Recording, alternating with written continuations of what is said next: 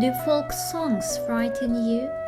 Have you ever thought that a guitar could be more dangerous than a weapon? You probably find my questions ridiculous, don't you? Here I will talk about a country where people live in this nonsense and die because of these fears. I'm going to tell you a true story. Ibrahim Gökçek weighed only 42 kilograms when he died. People got even scared to see his body at the funeral. Ibrahim had only one wish. All he wanted to do was to sing his songs freely. Kente yalnızlık çöktüğü zaman uykusunda bir kuş ölür ecelsiz. Alıp da başını gitmek istersin. Karanlık sokaklar, kör sandisiz. En sevda kuşanıp yollara düşen. Yesin bu yollar, dağlar dolanır. Yâre ulaşmadan düşersin. Yarına sesinin yalnızlığı tanır. Ibrahim was detained in a police raid at İdil Cultural Center in Istanbul in November 2016. He was released after the lawsuit was filed against him. Ibrahim got detained again in February 2018. His name was on the list of the most wanted terrorists of the state. The regime, afraid of folk songs, detained all other members of his music group called Grup Yorum, where Ibrahim was the bass guitarist and bağlama player. Ibrahim was a musician, but the state had declared him terrorist. "I'm not a terrorist," said Ibrahim, and started a hunger strike that eventually resulted in death.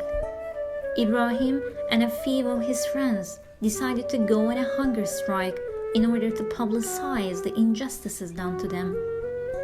Ibrahim and his friends, who wanted to live with their folk songs, turned their strike into a fasting until death. In this death fast action of Ibrahim, he lost two of his friends, Mustafa Koçak and Helin Bölek.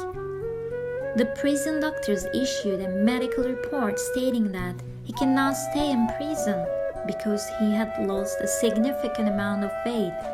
He got released after his action in prison for 252 days. Ibrahim's body was free, but his ballads were under arrest. Ibrahim continued his fasting until death, but expressed their wish the police raids to come to an end and to give their concert freely. In short, what they were trying to say was, just let us make our music. The artists of a country and a world are at the risk of a death in order to make their art. Could there be any greater pain than that?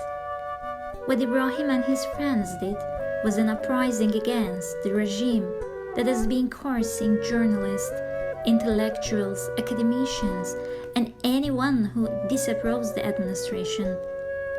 Ibrahim wanted an assurance for a concert, and human rights organizations applied for a concert to keep Ibrahim Gökçek alive.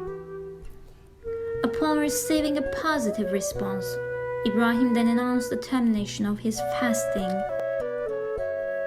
until death. However, on May 7th, his body unfortunately could not last any longer at the 323rd day of his fast. Politicians who panicked about Ibrahim's funeral opposed for him to be buried in the land where he was born and raised. They threatened to remove his body and burn it if buried there. Ibrahim then got buried in the city of Kayseri under high security measures.